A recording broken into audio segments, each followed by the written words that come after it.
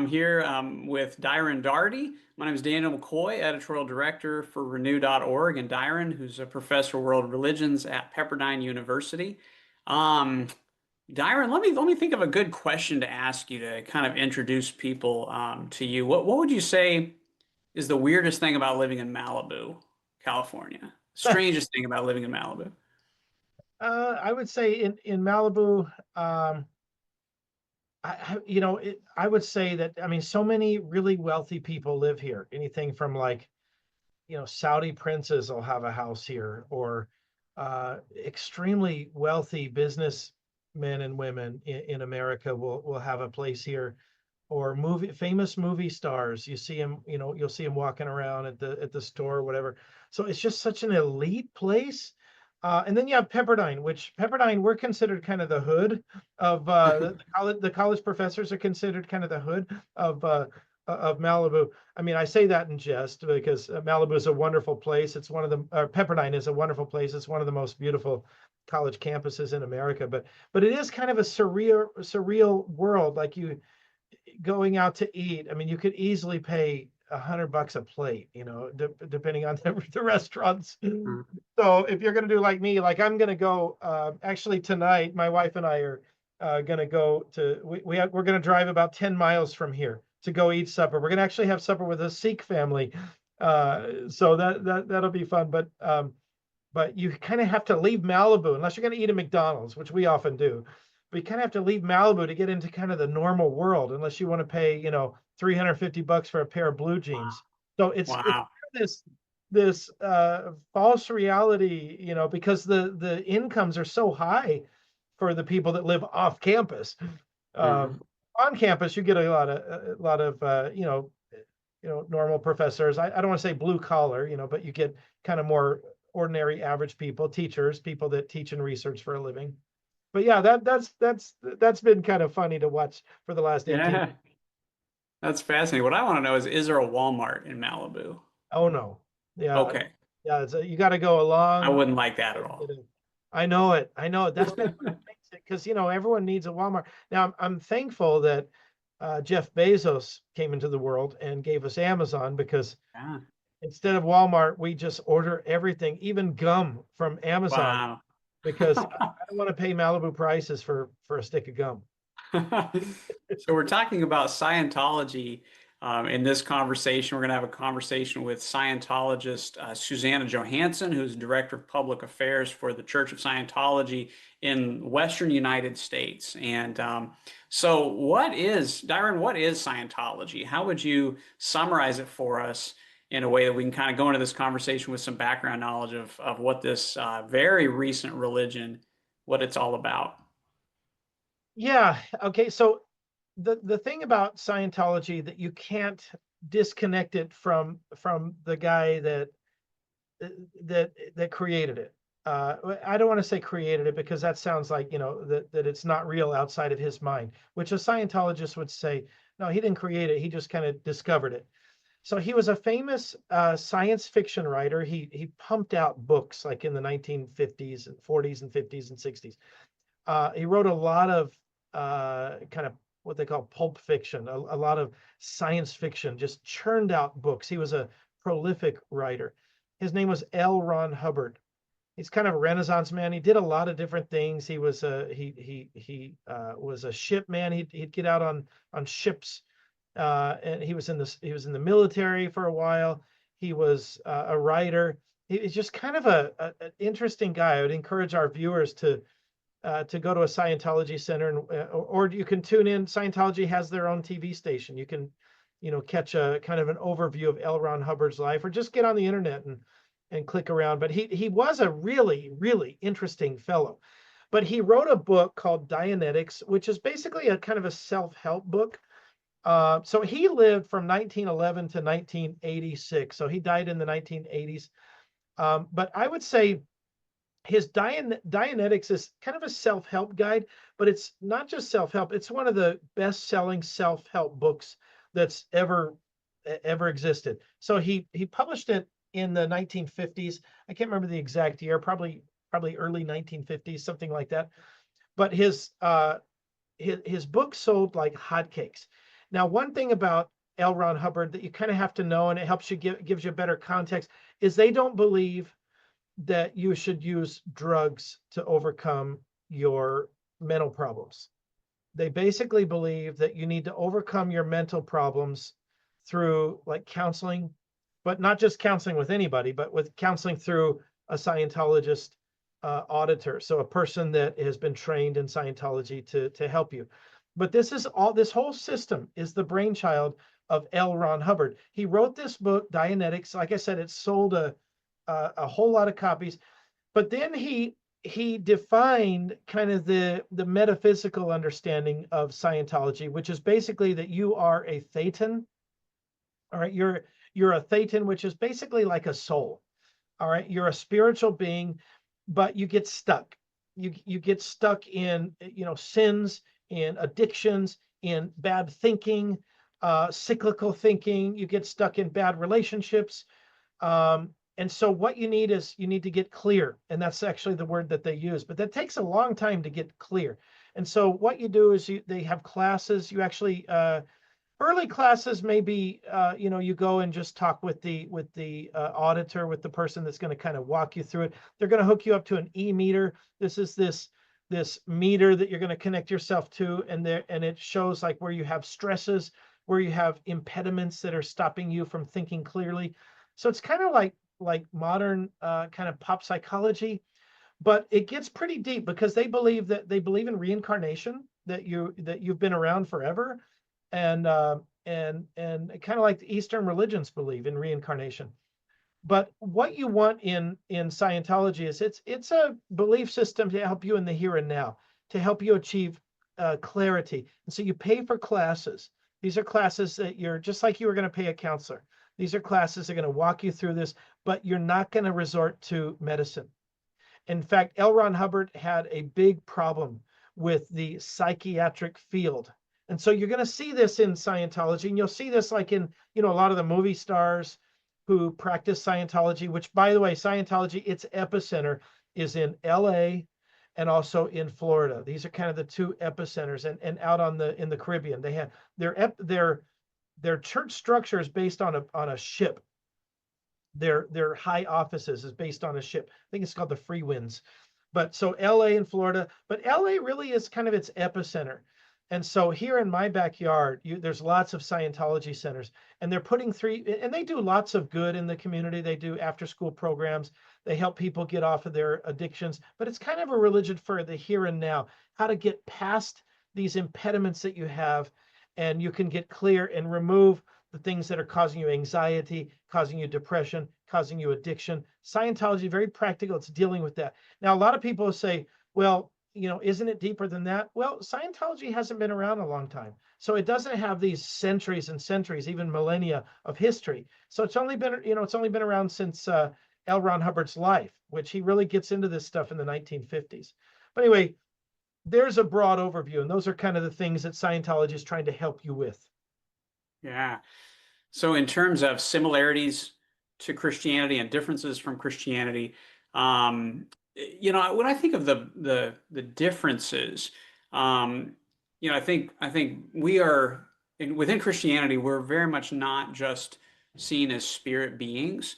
I see a lot of as echoes of Gnosticism in Scientology, in the sense that if we could just remember that we are spirit beings, then we could kind of let loose of our entrapment to matter, and we could let loose of our fears that are connected to matter, and we could kind of become those pure spirit beings again. We could through remembering. And I think that's a big difference with Christianity, and that within Christianity, it's a very much views humans as embodied creatures.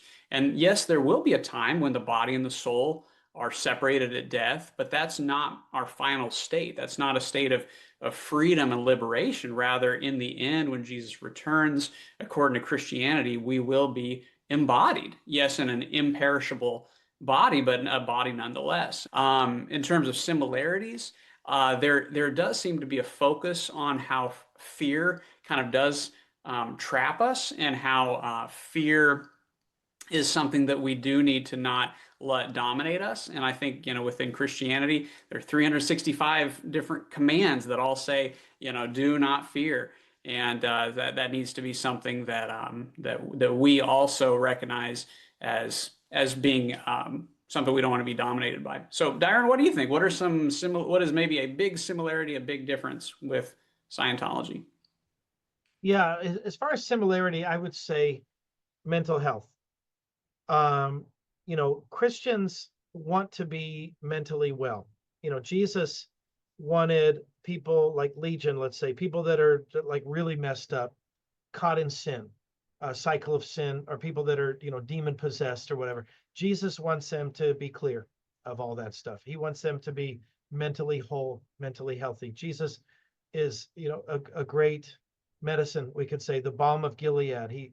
He helps us to achieve mental health if we follow his teachings. Scientology would say the same thing about their religion, that look, if you follow this religion, you will eventually get to a state of clarity. You'll get to a stage of clear. And there, there's no reason to doubt that they will help their people get to a stage where they're not scared of everything, they're not getting addicted to drugs and so forth like that. So it can be a very practical, humane religion in that regard. As far as differences, I would say the big difference would be L. Ron Hubbard versus Jesus. That would be a big difference, because a lot of people confuse Scientology with Church of Christ Scientists. These are two totally different things. Christian Scientists is a Christian sect. It's a type of Christianity. Scientology has nothing to do with Christianity. I mean, they don't hate Christians or anything like that. By no means. It's just that it's not connected to the Christian story, whereas Christian Science is. But they do share some things with Christian Science, like kind of a nervousness about the manufactured drugs that people get hooked on.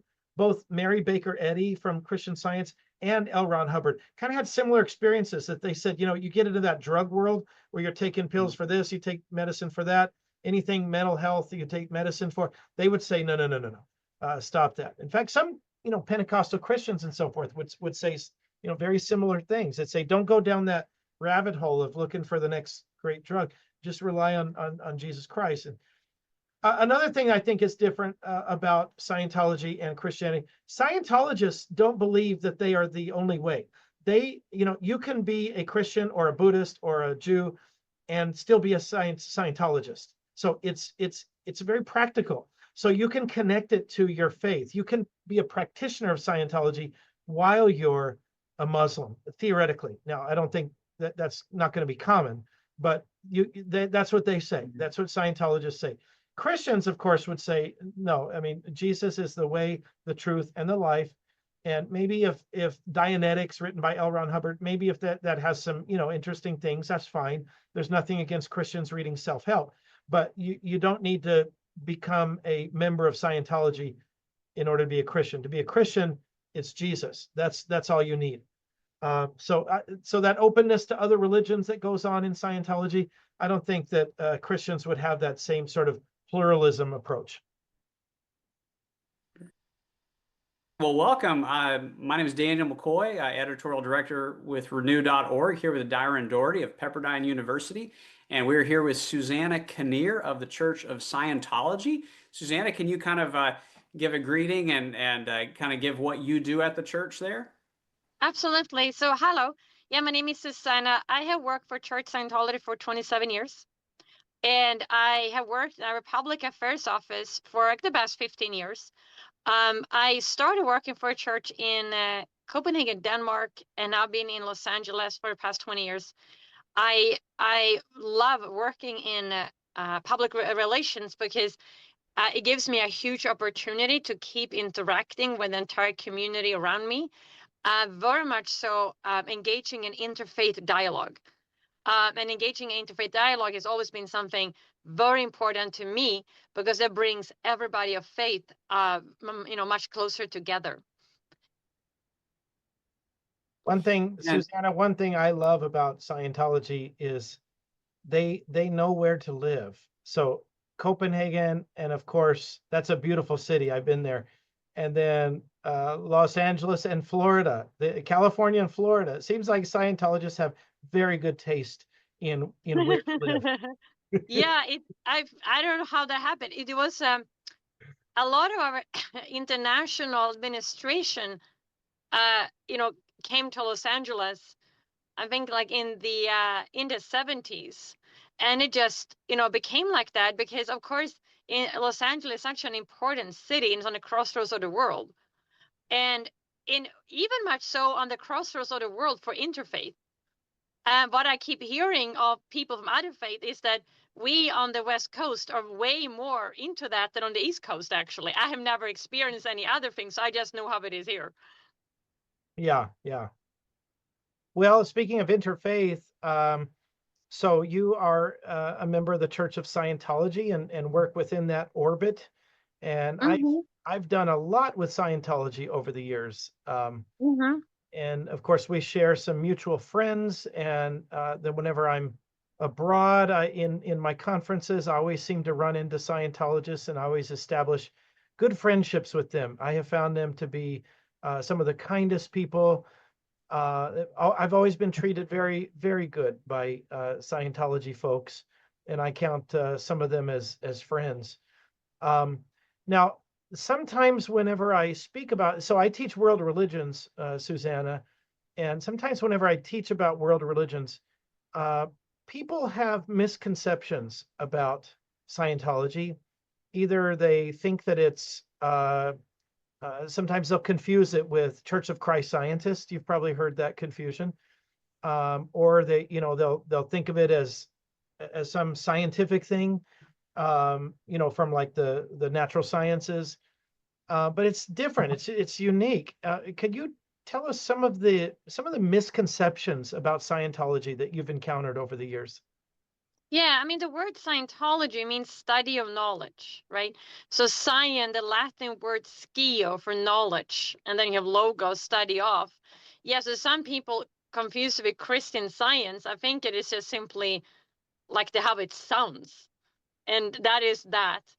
But otherwise, a misconception has been that it is a closed group, and it is so far from that because anyone is welcome to study Scientology, no matter their faith or no faith for that matter.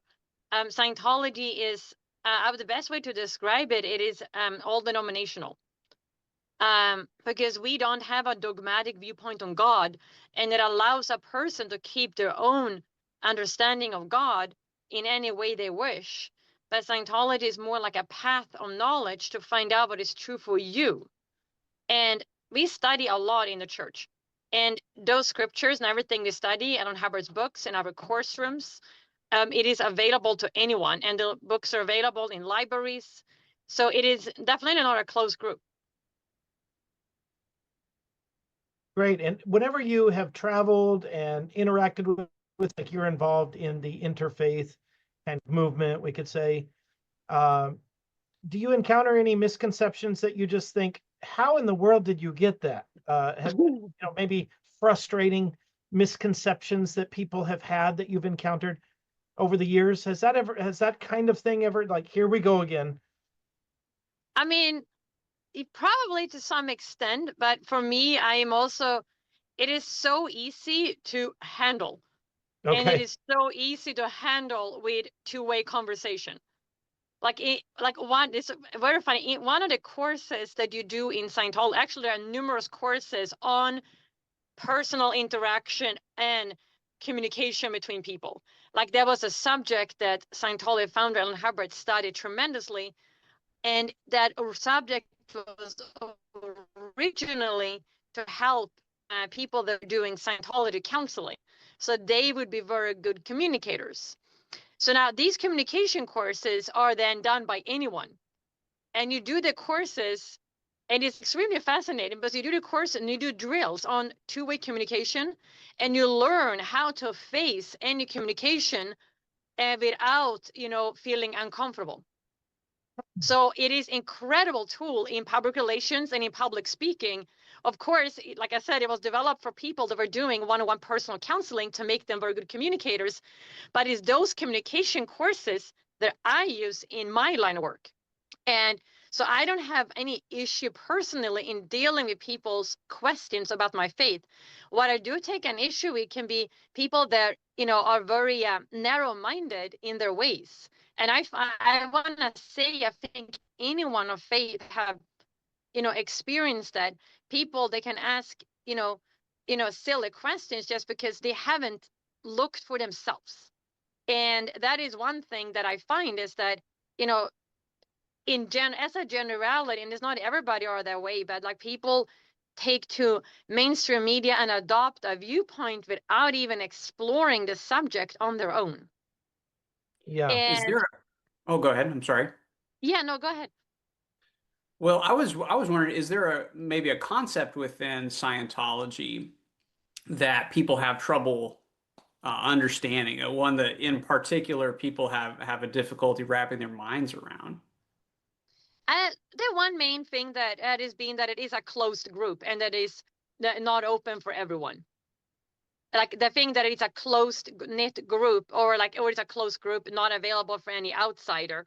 That is something which is a very big untruth, because we have our own TV station, we have a big public information center in every church. Anyone is welcome to come in to watch videos about our beliefs. And usually those are just made of glass. So it is very, very open. Mm. And I think that's been like the main thing. And I haven't really actually encountered that in interfaith setting. That's actually, I find refreshing with working in an interfaith area, because I don't find that there. Of course, people that work in interfaith are already having a fundamental agreement that we are here on the same terms.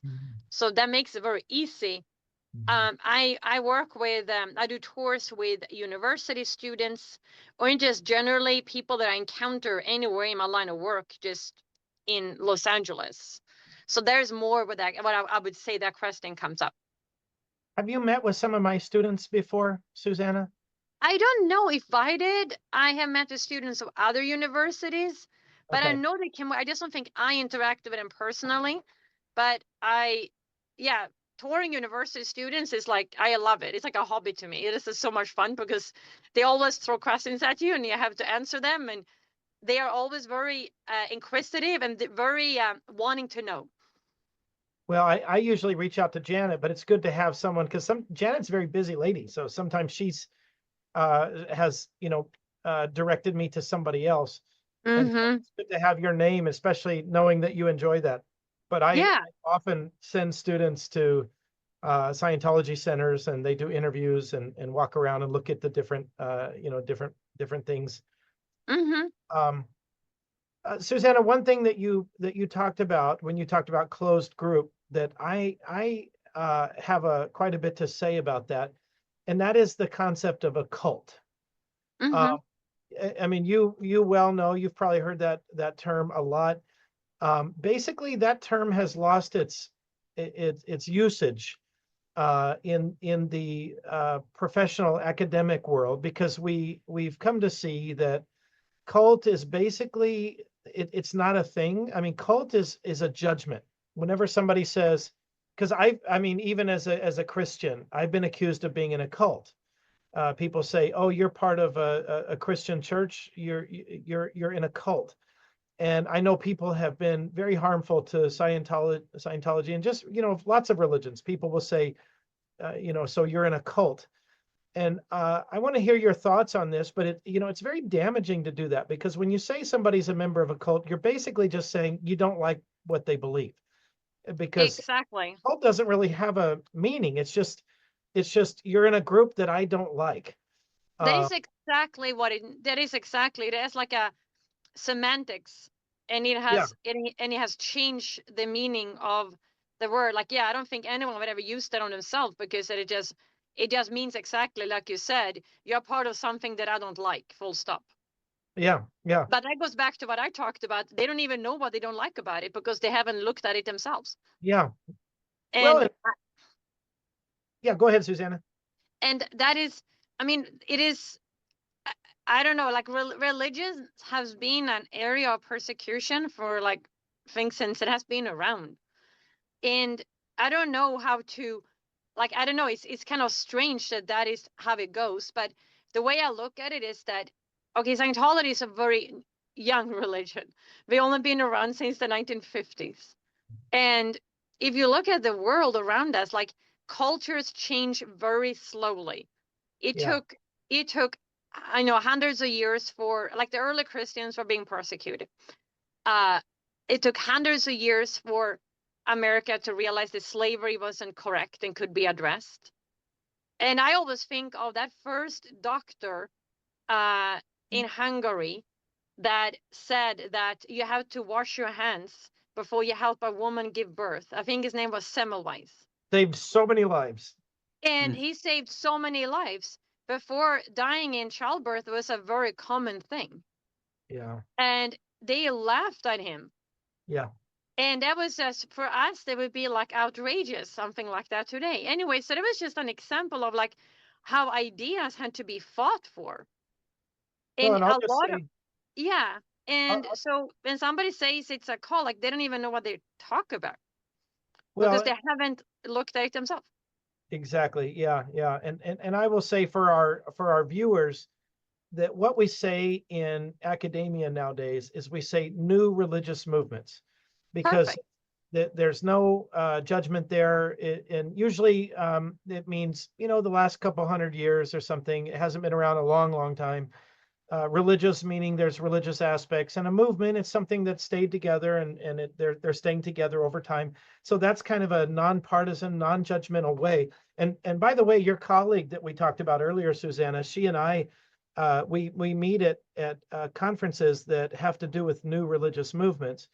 And so we've really learned to understand how damaging the word cult is, because sometimes in all continents, if you label something a cult, sometimes people want to do violence because they think they're doing something really, really good. Oh, I'm going to go attack the cult. And they think the society will approve of them for attacking the cult. So I would argue we got to be really careful with that word cult, because you just might be, you just might be fueling somebody's anger and aggression towards a religious minority. And I don't think anyone wants that. I don't think we want to see religious minorities persecuted and hurt just because of ignorance. Yeah, exactly. I fully agree. And new religious movements is exactly what it is. Yeah, and in the case of Scientology, it's quite new, 1950s, I should say, not even a century. Yeah. Yeah. Well, we want to ask you, or we want to invite any questions that you might have about Christianity. So obviously you come from Sweden, I believe you said, and Christianity was dominant there for centuries. Nowadays it's more a country. But do you have any questions about Christianity that Daniel and I could try to answer? Maybe misconceptions. I don't think it's misconception. One thing that I did, I really at one point looked at its whole tree of why are there so many branches?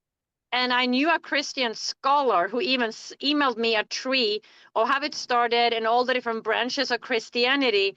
And like the Protestant, faith, then you have the Lutheran, then you have the Baptist, the Methodist. And as I work in Interfaith, I really made a point of clearing up these words because otherwise I don't know who I was talking to. And and one thing that is very big in Scientology is you always clear up the words so you don't fully understand. That's part of the way we study. Scientology or anything, academics, whatever you want to study, you always clear up your words. So for me, I made a point of really trying to understand this. So from your perspective, why are there so many different branches? Yeah, part of it has been around so long. Christianity, it's been around a long time, and over time, and this, I'm sure if Scientology survives 2,000 years, it's going to break into different branches. It's just part of religious movements. Churches all religions. Like you go into Islam, they have so many different schools of thought. Of course, Christianity has so many different schools of thought. You got Catholic. In fact, there's a few branches of Roman Catholic. You got Eastern Orthodox that has a number of different movements, and then you get to Protestantism, which some estimates are that there's maybe 50,000 Protestant groups, kind of depending on how you define them. Because, you know, if you say Methodists, well, there's a bunch of different Methodists. There's African Methodist Episcopal. You know, there's Methodist churches that are still fairly close with Anglicanism. There's a different Wesleyan movement. So, you know, even in America, you have different Methodist movements. You had the Methodist movement just split like last year. They split again. So all these, you know, all the churches are splitting over time. So that's part of it, is they've just been around a long time, and they split. So Daniel, you want to address that too? Yeah, I think it's a really good and valid question.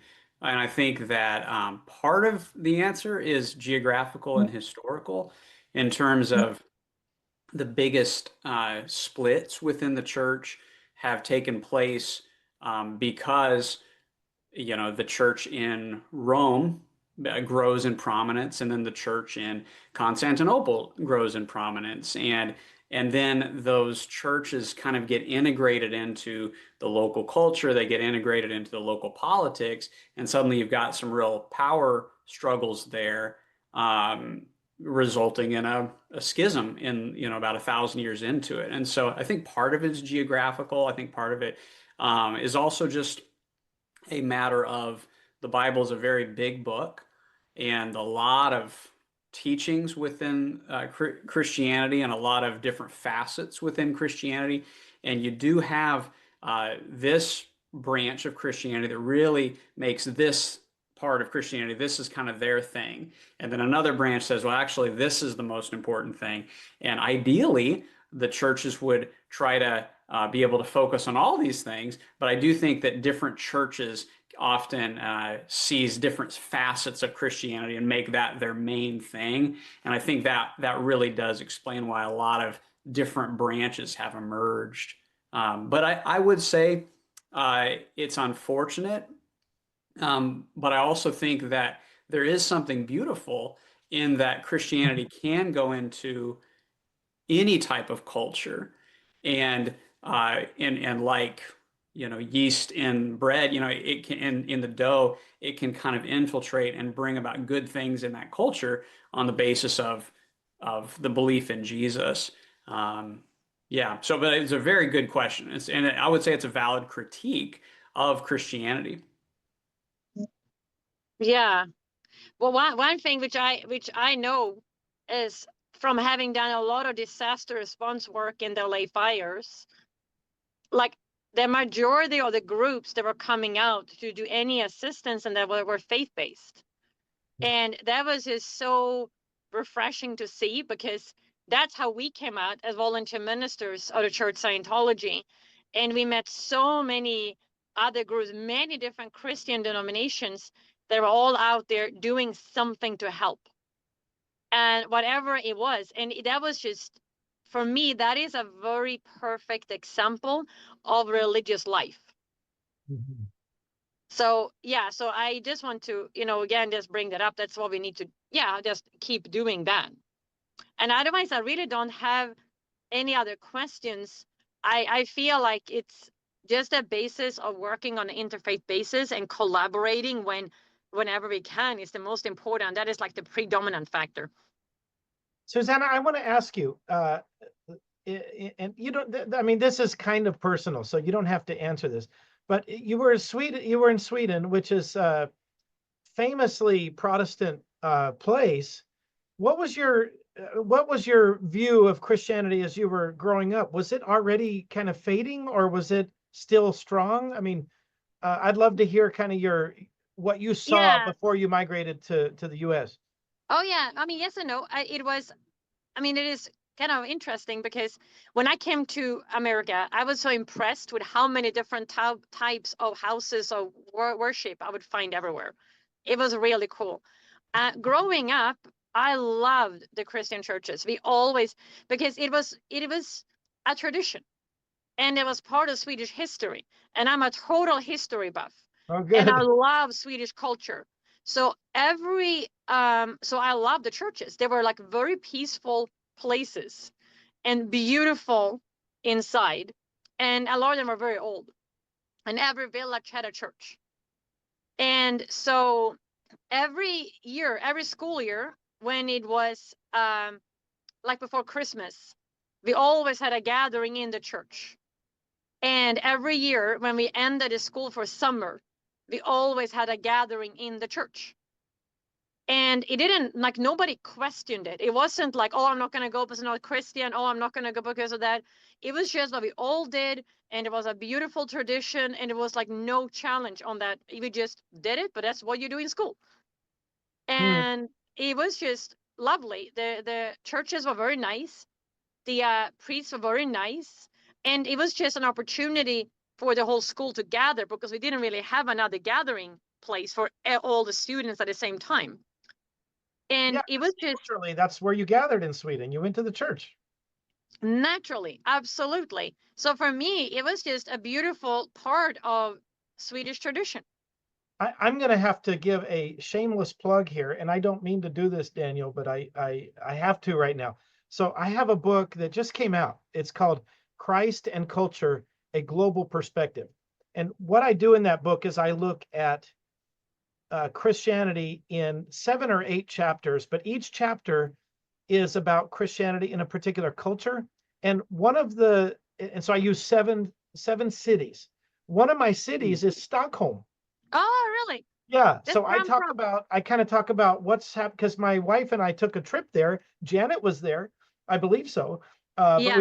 we took a trip there, and I got to experience for quite a long extended stay. I got to experience Christianity in Stockholm, and so I wrote a chapter about it. But the direction I went in that chapter is very kind of secular. It's kind of a secular moving away from Christianity, because you talked about how peaceful the churches are. And I can guarantee if you walk into a church in Stockholm, nobody's going to be there. And it's very peaceful. I mean, the churches it's just, they're not attended anymore. It's the strangest thing when you come from the United States, where churches are often bustling places, but they're just not in Stockholm. And I've been to a lot of secular European countries, but Stockholm, Sweden is very secular. Now you do have immigrant communities that are starting to kind of bring Christianity back, but kind of the native Swedish population has kind of, I think they appreciate Christianity, but they just don't, they appreciate, like you said, they appreciate the history. In fact, in one of my Yeah, I know. Exactly. It is appreciation of the architecture, but it's not the same on the theology. And I don't know, I mean, it has a violent history in Sweden. And part of the problem were that you have kings that were using the religion in the wrong way, and they were killing people in the name of God, and we're going to go into crusades in the name of God, and all these things happen in the name of God. So it was not or very like help the man on the street to have that happen, or the guy who was running his farm and was trying to feed his family. It was just not, it didn't become that help. But that is obviously way back when. Now we've been a peaceful country for many, many, many years. We had no war for over 200 years. I'm just talking way back in history. For like more closer to present, it has been an institution to help people. And why people have gone so far away from religious life, I don't know. Yes, maybe all the materialistic was more appealing. I don't actually know. It is a point of survey. And why the American population is so different is very fascinating to me. It is like a point of survey to me. Why? Yeah, well, I've tried to address that in different places, and one of the theories is that yeah, people are put out with kind of the specific history, and I'm not going to go into this deeply here, but one of the theories is that there are new kind of for example, in one of my interviews that I did with a Swedish person, fascinating interview, they said, in Sweden, we don't believe in God, we believe in people. But if you dig down deep, a lot of that believing in people, the foundation of some of those ideas are actually Christian ideas, like do unto others as you would have them do. Absolutely. So like there's these Christian assumptions that if you ask Swedish people, they'll tell you, what's right and wrong. And most of those things are very Christian. It's just get them to go to church is hard. I fully agree with you. I fully agree with you. And I even heard this concept that in Sweden, like, oh, I'm not religious, but I am spiritual. Spiritual, So, exactly. yeah, that is another by survey, something that came up. And I was like, well, there's hope. Well, Daniel, how are we doing on time? I didn't make note of when we started. I'd say maybe 3 more minutes. Okay. Well, let's delve into our final question. And so, Susanna, this has been great. You're a really fun conversation partner, and thank you for taking the time to do this. Give my regards to the colleagues that I know. Absolutely. Yeah, but if a Christian is listening to this, because this podcast is designed mainly for a Christian audience, if there's listening to this who wants to be helpful to Scientologists, or maybe wants to make a connection to Scientologists, how can a Christian be helpful, be hospitable, be kind to their local Scientology center? What could they would love if they would come over for a visit to say hi and make that connection and say, you just come in and say hi. I wanted to see what you do and what you believe in. And they will be happily to give them a tour and show them what we do. And because we work on so many secular humanitarian programs on drug education, on human rights, on disaster response, on tutoring, all these different arenas that we work in the community, and we love to partner with other groups. So they will be so happy to get a visit to show that. Well, a good place to start is Scientology has a very nice television channel on, at least on my television, on DirecTV. I don't know the number, but it's 320. What's the number? 320. 320. Yeah, sometimes I'll watch that because of my the interactions I've had with Scientologists over the year. It's always very slick and very nice and very high quality. I mean, it's amazing. Yeah, you don't see grainy video. It's always very polished. So kudos and we to work hard on just using that as a TV station that promoting good news and humanitarian work. We have one of the chapters we run on that is called Voices for Humanity. And that is just people that work in incredible humanitarian projects, like in different countries all over the world. Mm-hmm. Well, and so you're saying that Christians should just pop in, right? No, right. They don't need to call and make an appointment. They just go to the Scientology Center. Exactly. Okay, just walk in and say, "Hey, I'm interested. Can I? What can you show me?" Yeah, just like you can say, like, I'm a Christian. I'm just here to learn more, to connect and interfaith. I just want to find out what you do. Okay, yeah, just out of curiosity. I know there's a Scientology Center on the Walk of Fame in Hollywood. Yeah. And, I know people will just pop in there to, use the bathroom or get a drink or something. And because of my connections with Scientology, friends that I've had, I walked in there and they took care of me. I had my kids. We have 4 kids. My wife and I, we were so tired, walking around. You know what the street I'm talking about, right? Absolutely. Yeah. You walked into our Life Improvement Center. Yeah. And they were just so friendly. They said, "What can we do for you?" And I said, "We're thirsty." They said, here's some water. So they took care of us, and I felt like I was with people that I could immediately trust. And of course, I bring up my friends that I know in Scientology. They're like, "Oh yeah, we know them." So that's always nice. Yeah. That's wonderful. Well, good. Susanna, thank you for spending this time with us. Thank you. Yeah. Absolutely. No, it was fun. I love engaging in these conversations. And if you have any other questions or any other thing you do in the future, I'll be happy to help.